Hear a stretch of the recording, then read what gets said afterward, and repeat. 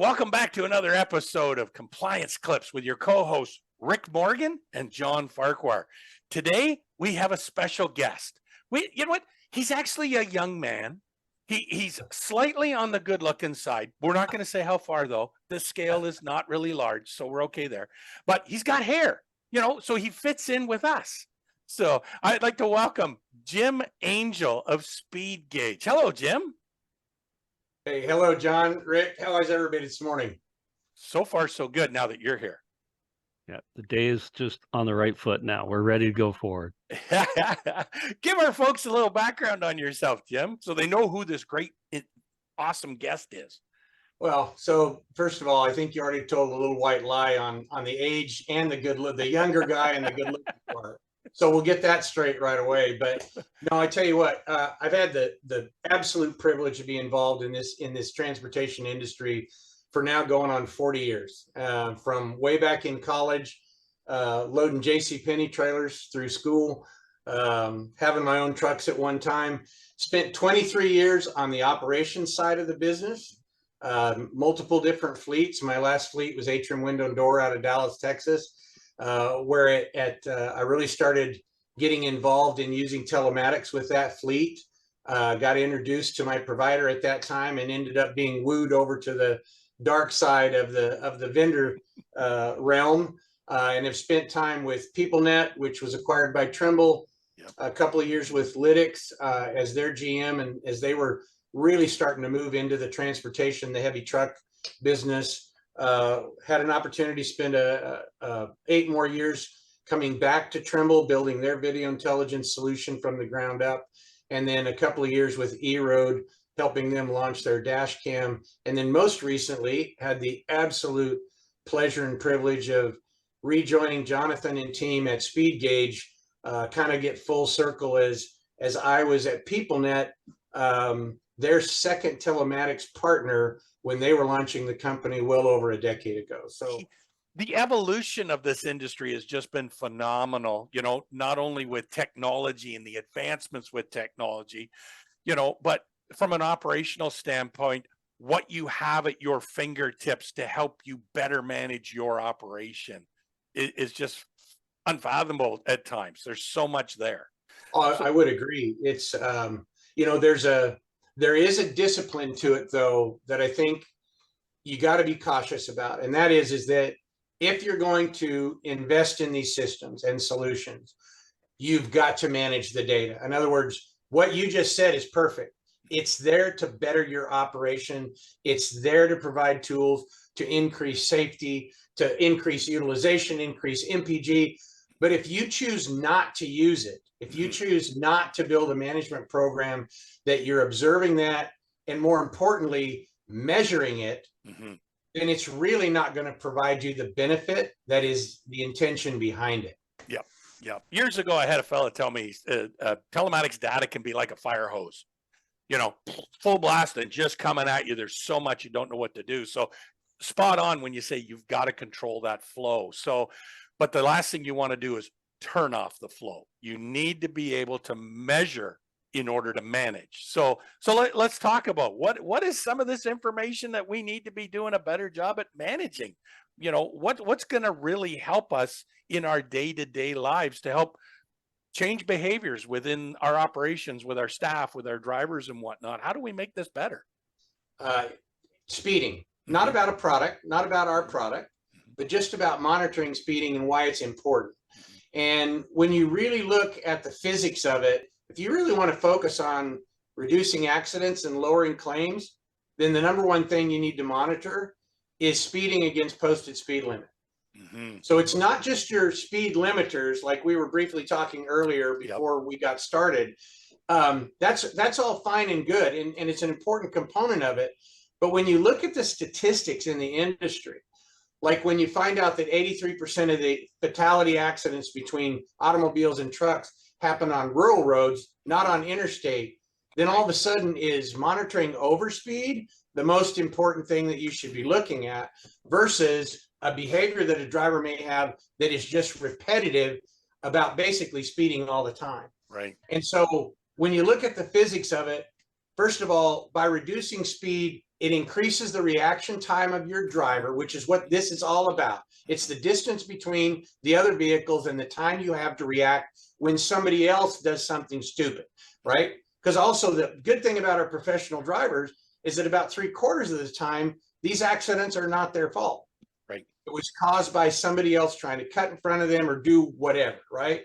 Well, then the other side of that physics is the faster you go, the harder you hit. So in case of an accident, it's more severe. Right.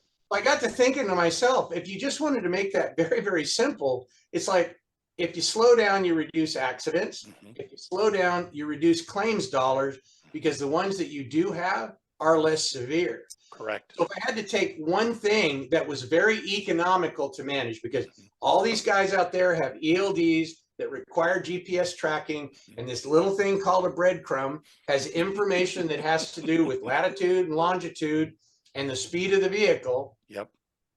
You monitor that against posted speed, and by looking at the history of the driver, you really have an opportunity to change that driver's behavior around. And this is where I like to talk about, don't make this message about MPG, make it about bringing them home safe. Right. Agreed. Agreed. MPG comes, if they slow down, MPG comes automatically. You're going to get that benefit.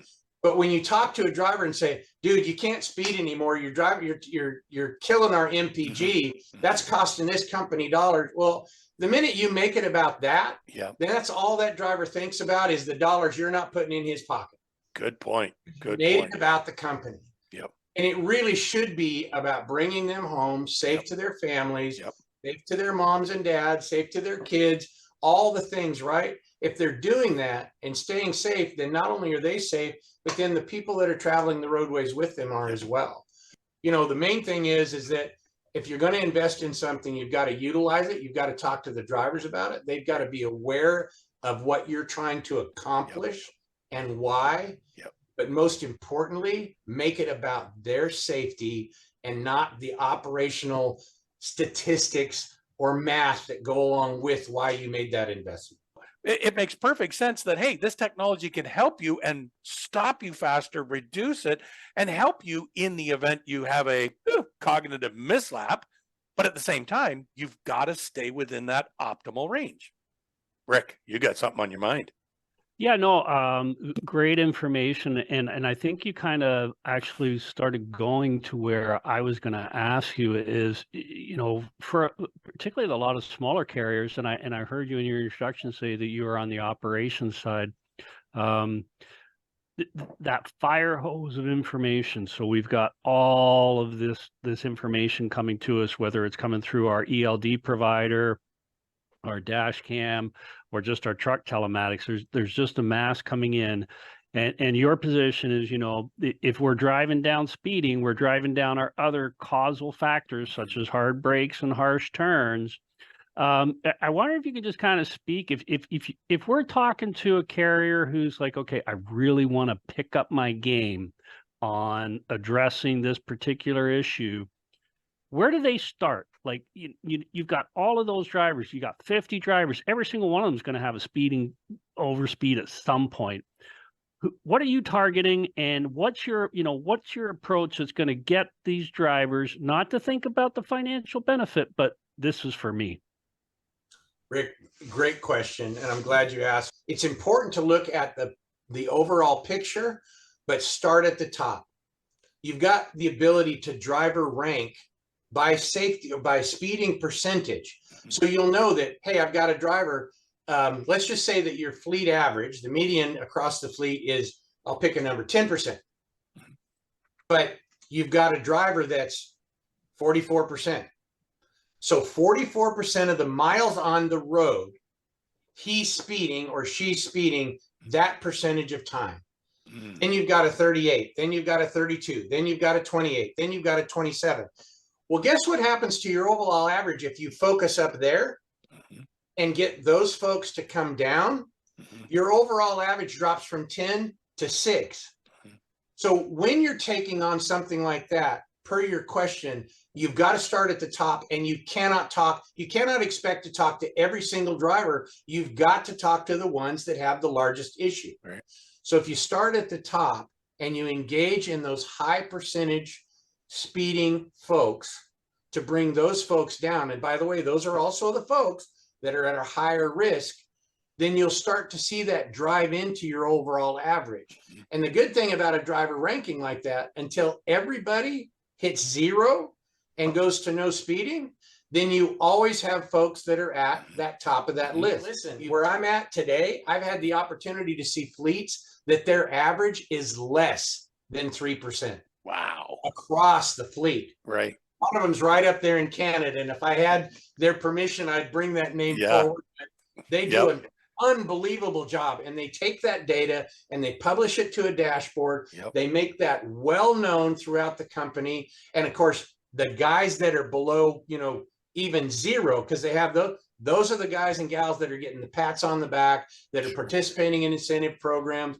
But that's a perfect example of taking a fleet that had some issues and being so focused on that part of it, because they truly believe speed is the number one thing to control, to reduce accidents and claim dollars. Sure. That's where they're placing their time and effort. But they're only having to talk to 10 or 12 drivers a week, because that's where they're focusing, is up at the top of that list and their highest percentage speeding. I was looking at one recently. He had one guy in the fleet, 63%. Whoa. Their next one next to him was 22%. Whoa. So Big that's time. a significant individual that you need to spend some time with. Yeah, exactly. And my first conversation with him would be, or her, would be, look, you are increasing your chances of an accident and getting hurt 3 times greater than your peers. I want to make sure that you're coming home safe every day. And I mean, I did it in my old career with Atrium Window and Door when we started a new safety program. We sent letters home to the family of what we were trying to accomplish and why. Because it was about bringing those husbands and wives home safe and keeping that paycheck where it needs to be, coming in on a weekly basis. Help the family become a cheerleader to the program. Absolutely. Yeah. And on that note, we'll draw an end to part 1 of our discussion with Jim Angel on using speeding as your primary focus for driving improvements and safety in your organization. This is the 3rd of our long-lasting series exploring telematics in the industry right now. Please be sure to join us in a week and you'll see part 2. And be sure not to miss this, because we start digging into the legal implications of using or not using your telematics data in order to drive your improvements in your safety programs. Thank you very much, and I look forward to seeing you next time. Compliance Clips is a joint production of Summit Risk Solutions and Links Consulting. Thanks so much for being with us today. We really appreciate it, and we look forward to seeing you in our next release. Take care.